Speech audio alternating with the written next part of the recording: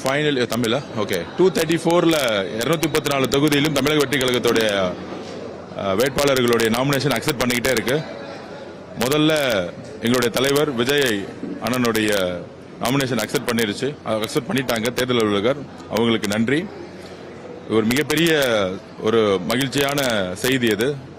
தமிழக வெற்றி கழகத்துடைய தொண்டர்கள் மட்டுமல்ல, தமிழக மக்களுக்குமான மகிழ்ச்சியான செய்தி. அப்புறம் ஆனந்தனுடைய நாமினேஷன் அக்செப்ட் ஆயிருச்சு.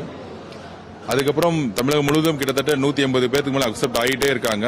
1-2 இடத்துல அட்வொகேட்ஸ் ஒர்க் பண்ணிட்டு இருக்காங்க. பொதுவா நாமினேஷன்ல ப்ரொபோசல்ஸ்ல இருக்கக்கூடிய இஷ்யூஸ் மட்டும்தான் கிளைம் பண்ண முடியும்.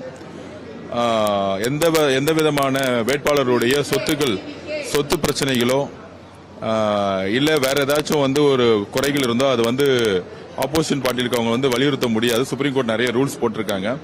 சோ என்னுடைய விஷயத்துல திமுக இண்டிபெண்டன்ட் கேண்டிடேட்னு சொல்லிட்டு சுயேட்சை வேட்பாளர்கள் அப்பாயின்மெண்ட் பண்ணி அந்த 5 பேர்த்துக்கும் திமுகவுடைய அட்வொகேட்ஸ் டீம் அனுப்பிச்சு என்னுடைய நாமினேஷன் பேப்பரை பிரச்சனை இருக்கிற மாதிரி ஒரு தோட்டத்தை கிரியேட் பண்ணாங்க.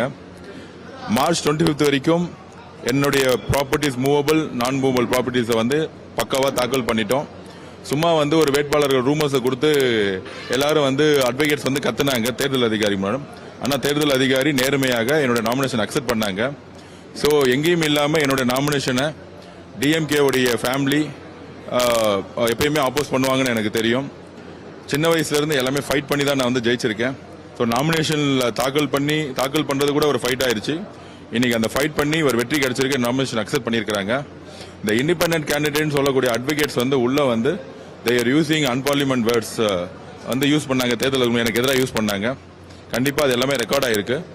கண்டிப்பா உண்மை வெல்லும். வெற்றி மிகப்பெரிய வெற்றியை வில்லிவாக்கத்தில் மட்டுமில்ல தமிழ்நாடு முழுவதும் மிகப்பெரிய வெற்றியை நம்ம பார்க்க முடியும்.